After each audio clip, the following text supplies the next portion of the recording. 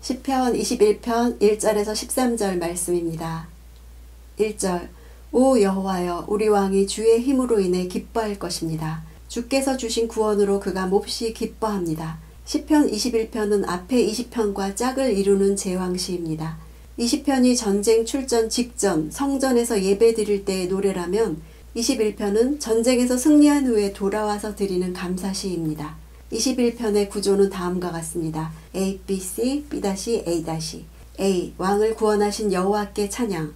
B. 여호와께서 왕에게 주신 복. C. 여호와를 의지하는 왕은 여호와의 사랑으로 인해 흔들리지 않을 것. B. 여호와께서 왕에게 주신 복. A. 여호와의 능력과 권능을 찬양.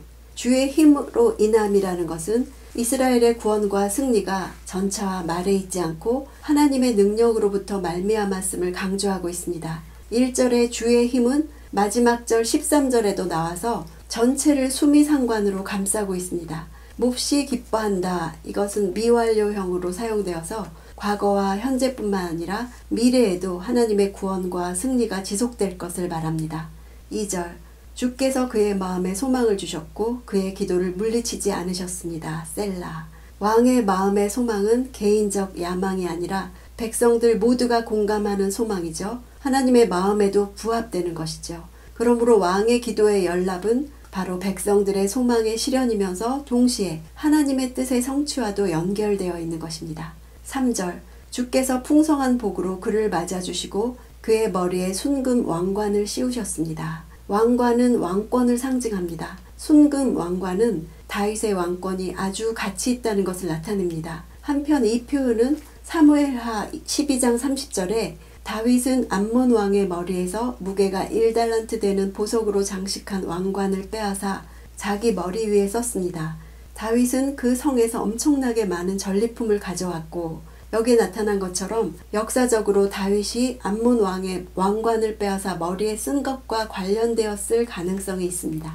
인간의 눈에는 다윗이 전리품을 탈취하고 왕관을 차지한 것으로 보이지만 실제적으로 이것은 하나님이 씌워준 것으로 고백하는 것입니다. 한편으로는 씌우셨다가 미완료형인 것으로 보아서 다윗의 왕권이 미래까지 계속됨을 나타내 다윗의 후손으로 이 땅에 오신 예수 그리스도께서 왕으로 즉위할 것을 바라보는 표현으로 그렇게 이해할 수도 있습니다. 4절 그가 주께 생명을 구했더니 주께서 주셨습니다. 영원토록 오래 살게 해주셨습니다. 원문으로는 그가 당신에게 생명을 간구했다. 당신께서는 그에게 그것을 주셨다가 됩니다. 간구하는 자와 간구에 응답하는 분, 간구에 응답하시는 분과 응답을 받는 자를 반복적으로 병렬시켜서 그 관계, 친밀한 관계를 부각시키는 효과를 주고 있습니다. 생명을 구했다는 것은 이스라엘의 왕이 전투를 앞두고 생사의 주관자이신 하나님께 생명을 보존해 주실 것을 간구한 것을 가리키지요. 하나님은 단지 전쟁에서 목숨을 잃지 않도록 하시는 차원을 넘어서서 영원까지 그 생명을 지키시고 보존하신다고 고백합니다. 5절 주의 구원으로 인해 왕이 크게 영광을 받았으며 주께서 영예와 위엄을 그에게 내려주셨습니다.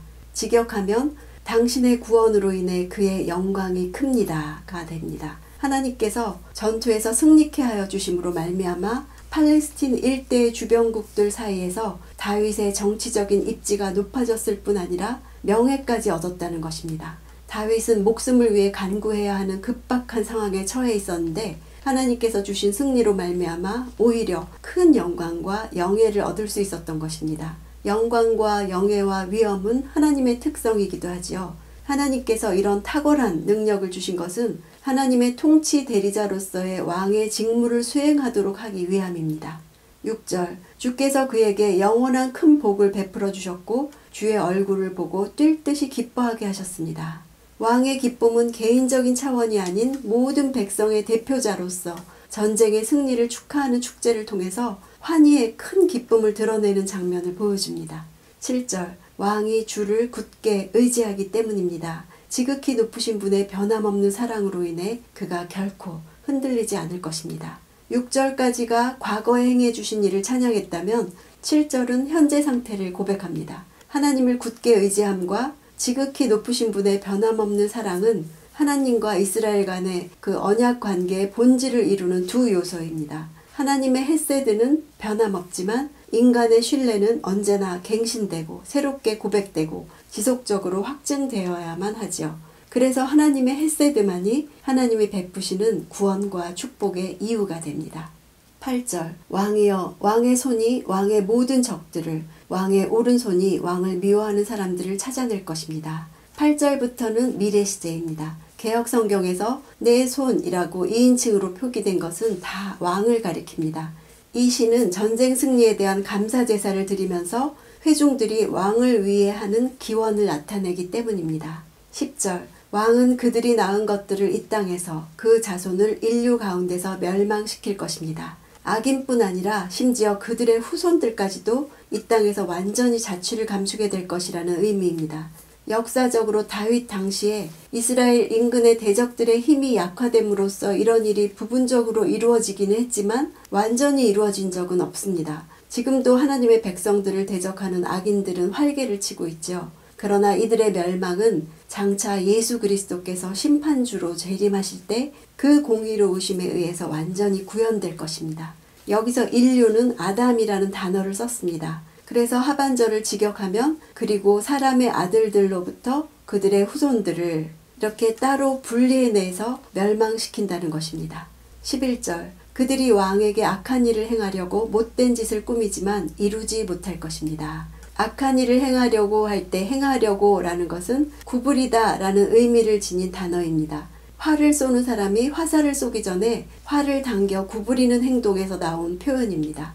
단순히 상해를 입히는 것과는 거리가 멀게 화살을 당기는 병사가 상대의 심장을 겨누고 시위를 당기듯이 악인들이 상대의 완전한 파멸을 목표로 무언가 행동을 추진하고 준비하는 것을 나타내죠.